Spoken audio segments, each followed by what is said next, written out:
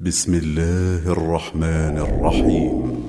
So, what's our main heading up here?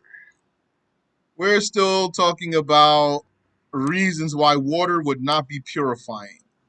There are three reasons why water would not be purifying.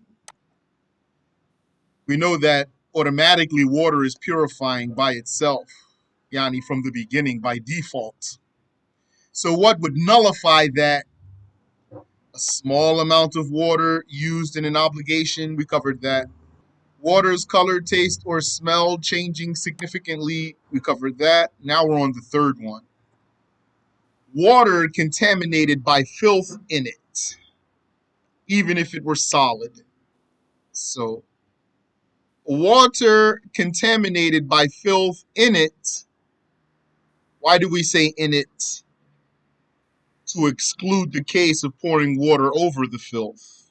Because as you know, sometimes when you pour a small amount of water over the filth, then the water that runs from the spot is still pure. On the other hand, if you put the filth into a small amount of water, then it will contaminate all of the water, even if the water doesn't change. And even if it were solid, Yani, even if the najasa was solid, that means even if the najasa is not something that blends with the water, like we talked about last time, like a dead mouse, that doesn't blend with the water. That's najasa that does not blend with the water. So if that's a little bit of water, then all that water became najasa. Yani mutanajis, contaminated. So someone might say, well, we talked about changed water. Why don't you just count this, what you're talking about now, as changed water? This is not included under changed water because water can become filthy even if it does not change. Like in the case of a small amount of water, it becomes filthy by an unexcused filth, even if the water doesn't change.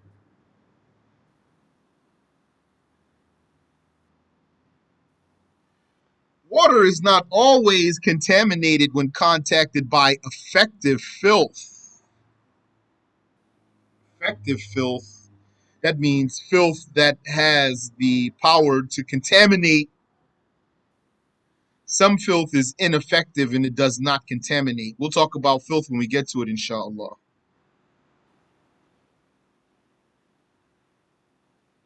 Water is not always contaminated when contacted by an effective filth. So, what if water was contacted by an ineffective filth? Would it become filthy? Who can answer for us? If water was contacted by ineffective filth, would it become filthy? No, it would not. That's why it's called ineffective. Barakallahu fikum. So, if effective filth came in contact with water, will that water become contaminated? Not always, not absolutely. It depends on the water's amount. A little or a lot. So we're going to see. If it's a little bit of water, it becomes filthy even if it doesn't change. If there's a lot of water, it won't become filthy unless it changes. That's the Shafi'i school. Water that has been changed by filth is filthy by consensus, even if only a little. Yani, even if the change is only a little bit of a change. Yani, let's say, even if only a slight change. Even if only a slight change. So, if it's a lot of water or it's a little bit of water, did it change by najasa? Yes? Then it's najis, contaminated, mutanajis, because it changed. So, what is a small amount then, and what's a big amount? A small amount is less than the volume. That volume means how much space it takes up. A small amount is less than the volume of two kullas, like how much space it takes up, like a barrel, like a ditch in the ground, like a swimming pool, for example. How big is your swimming pool? So, how much space? That's called volume. So, a small amount is less than the volume of two kullas. We're going to talk about what's two kullas. If filth contacts a small amount, we're talking about ineffective and effective filth, contaminating filth. If filth contacts a small amount of water, it is absolutely contaminated. In the Shafi'i school, that's the Shafi'i school. That's not consensus. Whether it changes or not. But for now, stick to the Shafi'i school so that you can understand the case. So that's the judgment of a small amount of water. And know that any amount of another liquid contacted by filth, any amount. What does any amount mean? It means a lot or a little bit. Know that any amount of another liquid contacted by effective filth has the judgment of a small amount of water. So, what if you had a big vat of olive oil, huge, bigger than your whole body, and then a little baby mouse fell in there and died? Bigger than your whole room. You got a vat of olive oil as big as a room, and a little baby mouse fell in there and died. Now, all of that olive oil is contaminated. So, any amount of another liquid contacted by effective filth has the judgment of a small amount of water. That means it gets contaminated for two reasons. A, uh, uh, uh, that's small a there. Liquids other than water do not have the purifying strength of water. Yani, if it's a liquid that's not water, it doesn't even have the power to resist filth like water does in the first place. Like, you know that a lot of water can resist filth. A lot. Why? Because it's water and it's a lot. So it can resist filth. What about another liquid? Another liquid can't even resist filth. It doesn't have the judgment of water here. It doesn't have the strength of water to resist filth. So, look, even a little bit of water gets contaminated by filth. How about a liquid that's not even water? So, liquids other than water do not have the purifying strength of water, and they definitely do not have the strength to resist filth like a large amount of water does. And the second reason is that usually those liquids other than water are easily protected from filth. How hard is it for you, usually, to keep najasa out of your olive oil, out of your milk, out of your juice? It's usually not hard to keep najasa out of those liquids other than water. But a case where you would find something in your liquid is like if you have some cooking oil, you left it on the stove, and you want to reuse it, and you didn't cover it, and you come back and you find in it a gnat or a fly or the like. Might even be a roach. Those are really nasty, but still has the same judgment. Then, as long as it didn't change that oil, then the oil is still pure, because that's excused filth. He said if that amount was water and a mouse fell in it, what would the judgment be? So that's a large amount of water, a vat of water as big as a room, and a mouse fell in there. Then as long as the water didn't change, then that water stays pure, because that's a lot of water. The creatures that if you pull them apart, they don't have flowing blood.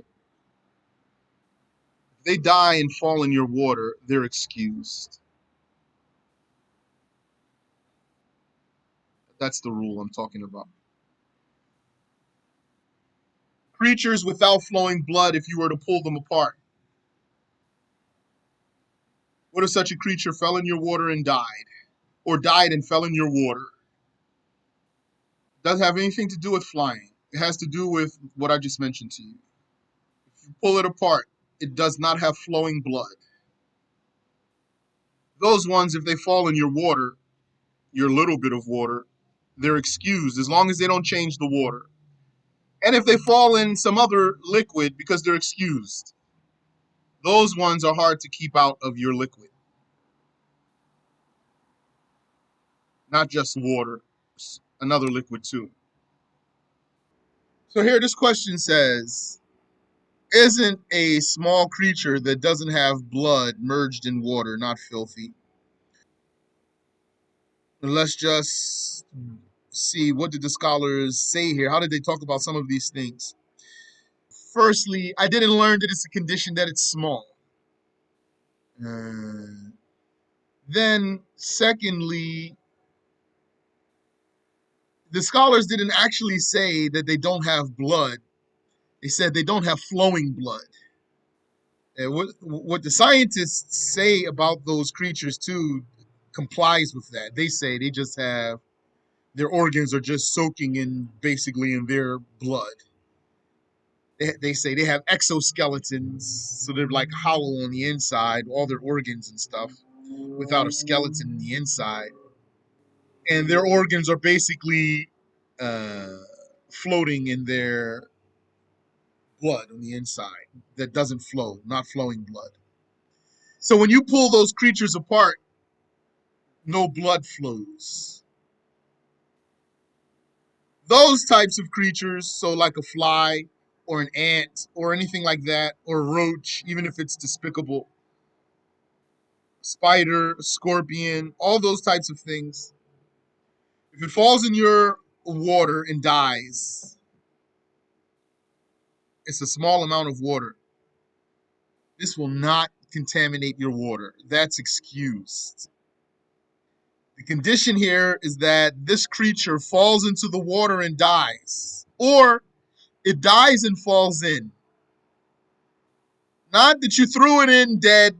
If you threw it in dead, it will contaminate all your water.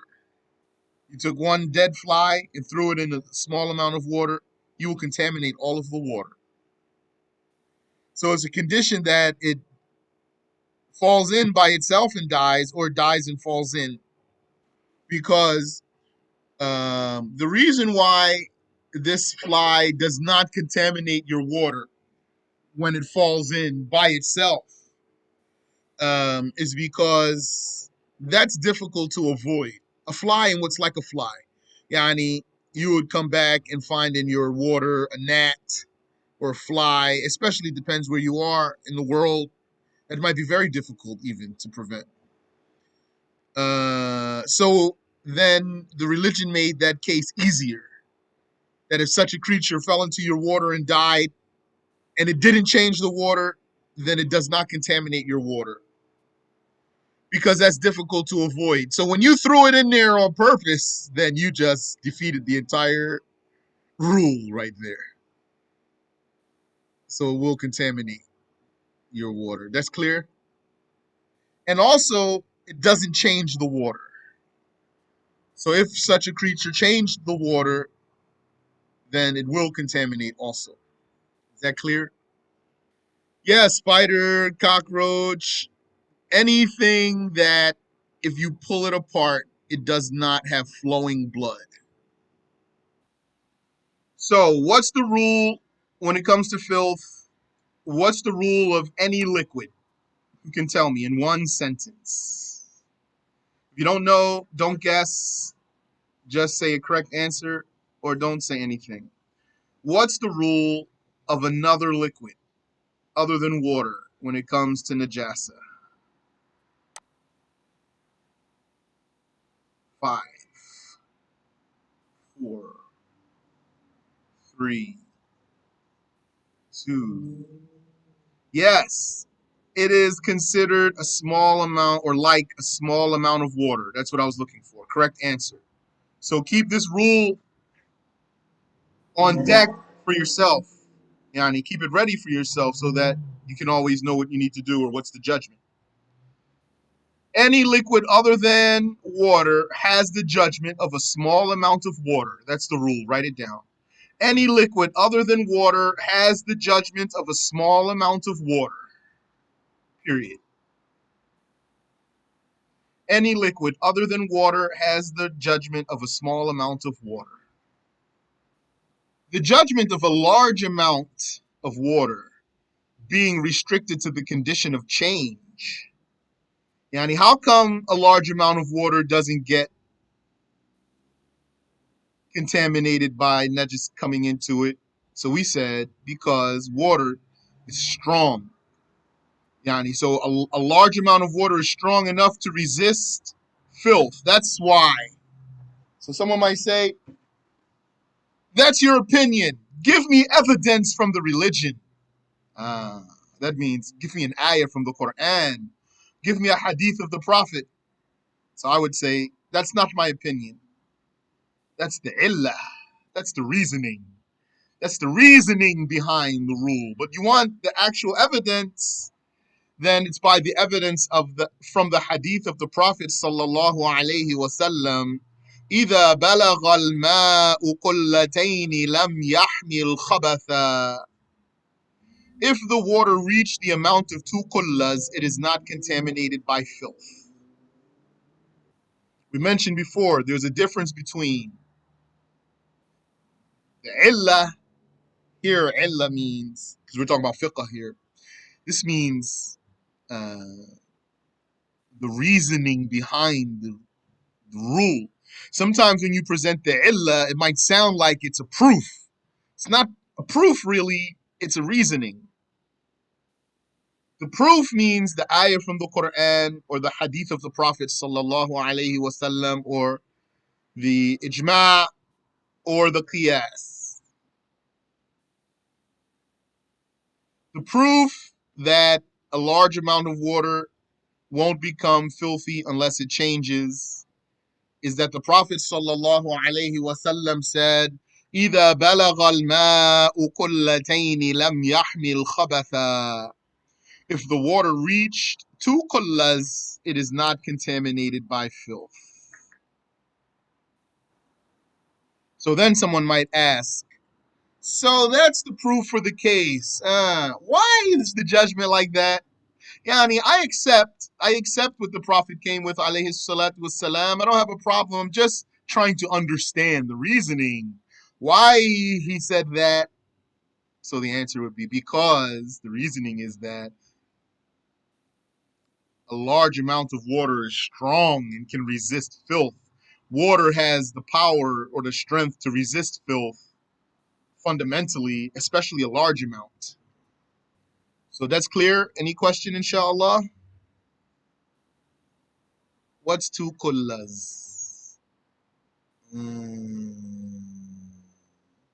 Abu Shuja measured 2 kullas by weight.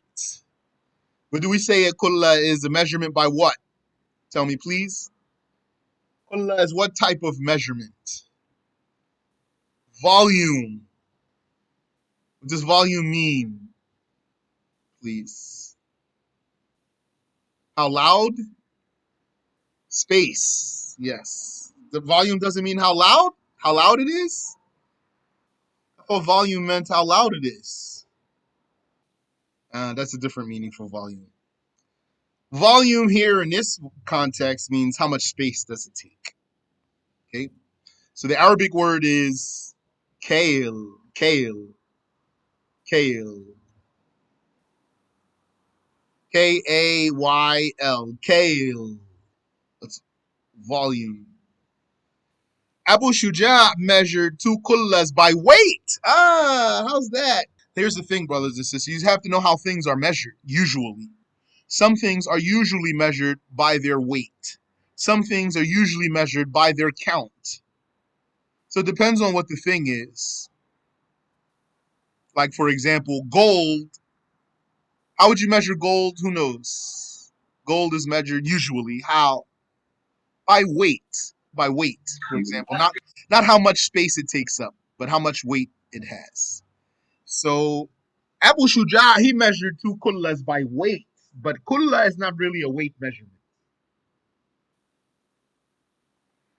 When he said that two kullas are approximately 500 Baghdadi rittles, but he did that on purpose to for emphasis. He told us how much that volume of water weighs,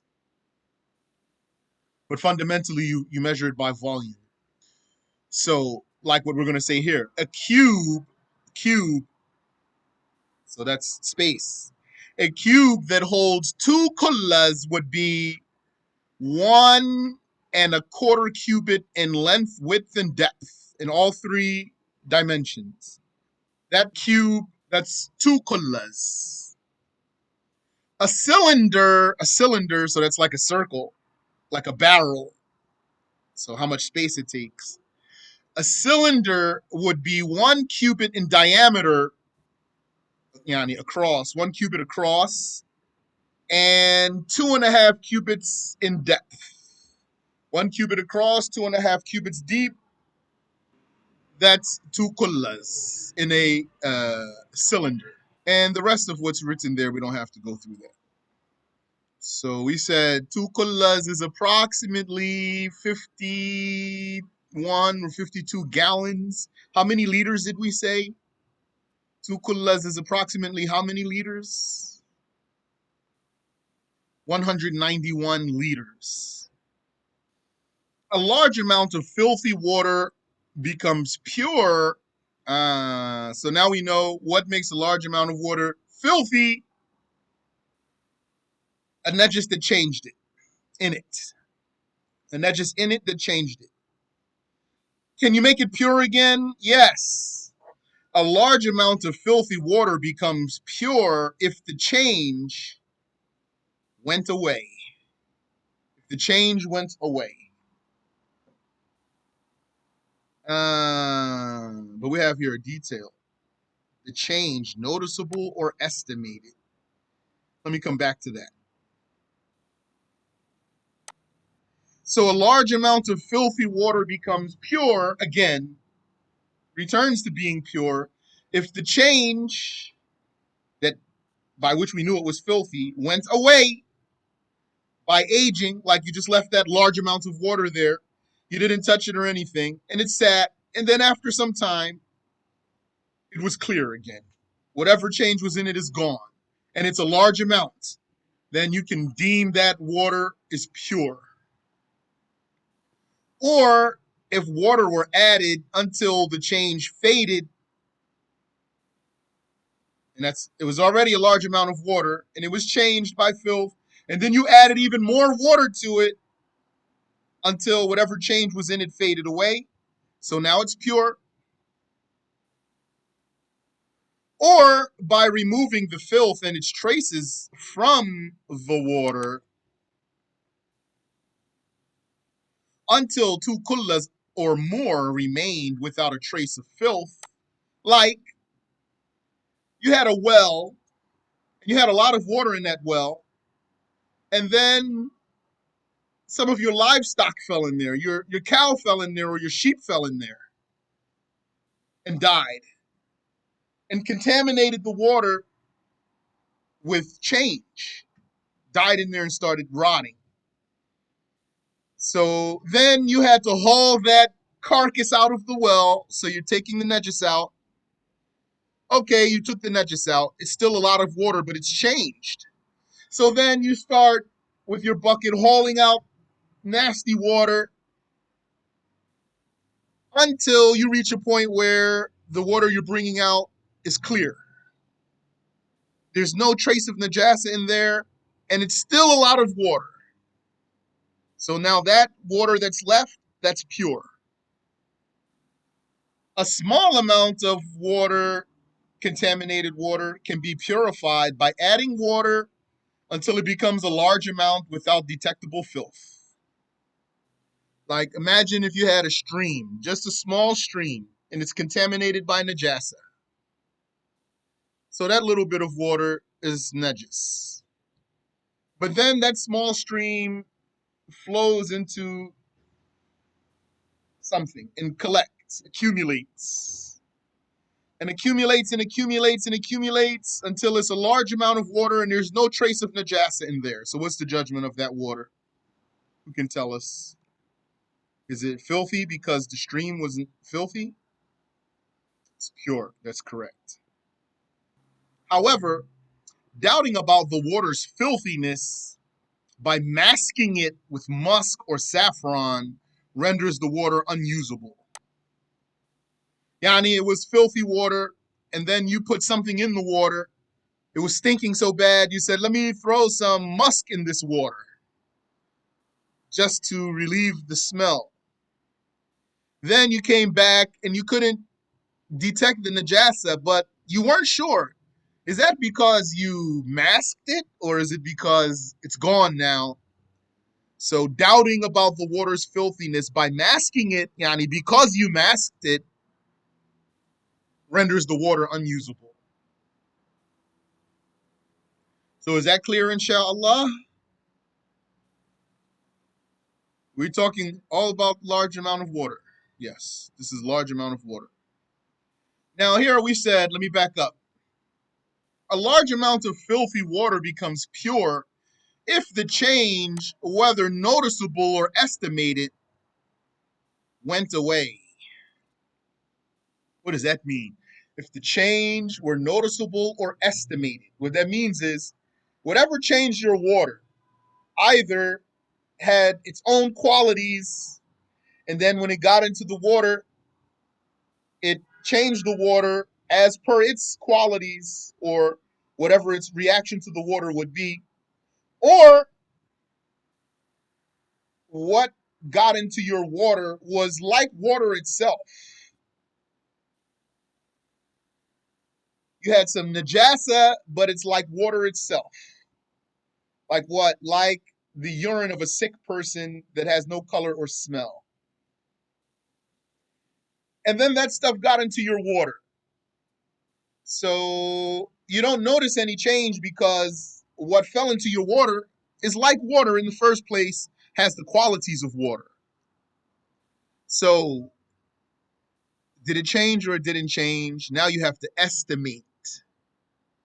You have to estimate the change. So you say, since it's najasa, since what we're talking about is najasa here, you say, if I had something with strong characteristics, like if what fell into that water was musk, yes, or if what fell into that water was ink, something with strong characteristics, would it have changed my water? If yes, then that's an estimated change, and now it's najasa. If no, then it didn't change, so you can still use that water. That's if it were filth. If you're dealing with something that's not filth, and this is backing up to last week's lesson, something fell in your water, but it's not najasa. Something fell in your water, but it's not najasa. This stuff that fell in your water either has its own qualities or it's like water itself. So if it has its own qualities, then you will see if it changed the water or not by its own qualities. But if it's like water, then you have to estimate. But since it's not najasa, you only have to estimate by something with moderate qualities, not strong qualities. Not like ink and musk, less than that. Like juice. Had what fallen into my water been juice, would it have changed my water? If so, then you have changed water, you can't use it. If not, then you can still use it. Like what? Like used water. You had used water. We talked about this. So all these lessons are built on each other. You have to make sure you study, pay attention in every lesson, and study. And then when we progress It's going to require you to recall what we talked about before, so we don't have to repeat it all. So used water, some of your used water fell into your new water. So doesn't used water have the qualities of water? Yes. So now you have to ask yourself a question. You say, this used water that just fell in my water. If it were something with medium qualities, would it change my water? If not, then you can still use that water. If so, then you can't. You have any question there? Yes, for being contaminated by filth. That's what we're talking about here. Here's water contaminated by filth. What's the rule? Tell me what's the rule for a small amount of water. First of all, tell me the rule. You said if it's small water, it's not just whether it changed or not. Okay. And what's the rule for a lot of water? It's not just if it changed. Okay. So now your question, you said this is for small water. Now you know the answer for your question? Barakallahu fikum. And like that, brothers and sisters, resort back to the rule. Always resort back to the rule. The knowledge in all different fields is a collection of rules. Those rules, that's your clockwork for whatever knowledge you're learning, and then you connect them as they should be connected, right? And then if you connect them right, then you'll be able to answer many of your questions just by virtue of resorting back to the rule that you've learned. That's not making a judgment. When you resort back to a rule that you've learned, and you apply a situation to a rule that you've learned, that doesn't mean you're deducing a judgment or making up cases. So the Muslims are different here when it comes to these rules. Some Muslims, when they learn rules, they understand those rules. So then when they encounter circumstances, they know, they can see Allah made them understand that this case goes to this rule and this case goes to this rule. And some Muslims, they learn a rule, but then when they have a circumstance, Allah doesn't make them connect the circumstance to the rule they've already learned. Or when they think about it, they're not sure. They don't find in themselves the confidence. Is it really like that? Let me ask, which is fine. You can ask. What did the Prophet sallallahu alaihi wasallam say? من يريد الله به خيرا يفقهه في الدين. If Allah willed goodness for someone, He will give that person understanding of the religion.